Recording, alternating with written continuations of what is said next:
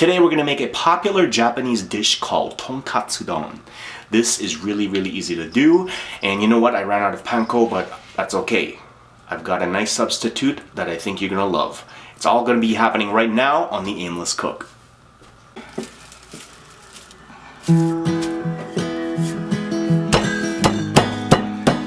So we're going to make some Tonkatsudon, which basically is a fried, crispy pork cutlet.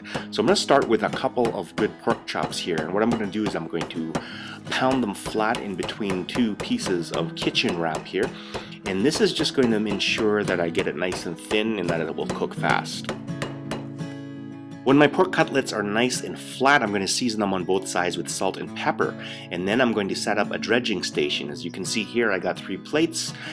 From left to right, I got some all-purpose flour, a beaten egg, and some Rice Krispies. That's right, I ran out of panko, so I'm going to use Rice Krispies. They work really well, and I got a few other recipes using Rice Krispies that I'm going to show you that are really good.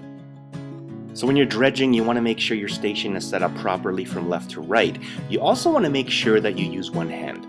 That keeps your other hand free for if you have to grab something or answer the phone or whatever. But okay, so we're going to work from left to right, of course, with our flour, and then we're going to dip in an egg, and then finally into our panko, or in this case, our Rice Krispies. This is going to give us a really nice crisp coating as we get to the fryer.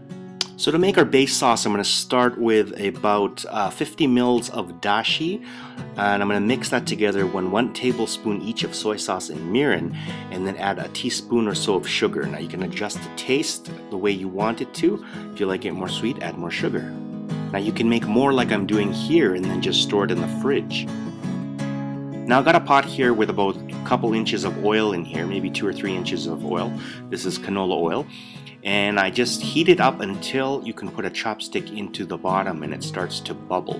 And when that starts to bubble, you'll know you're hot enough. It's about 350.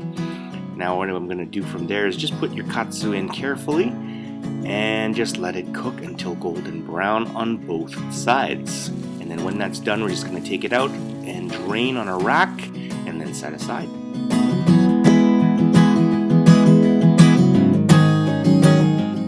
Now to start the final cooking of this dish, we're just going to put in some chopped onions, thinly sliced onions, into a non-stick skillet. It's about a 10-inch skillet. And then we're going to pour in enough to fill the bottom with our dashi mixture.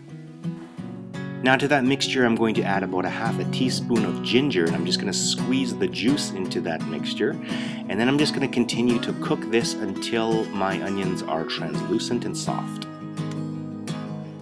Next, I'm going to add my katsu, which I have cut into nice bite-sized strips. And immediately after that, I'm going to put about half a beaten egg.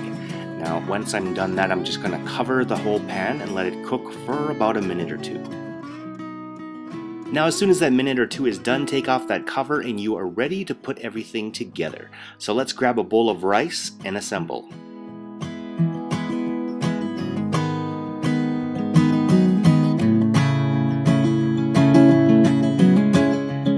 Now, finally to finish, we're just going to sprinkle on some furikake. If you got some chopped green onions or mitsuwa leaves, you can use those too.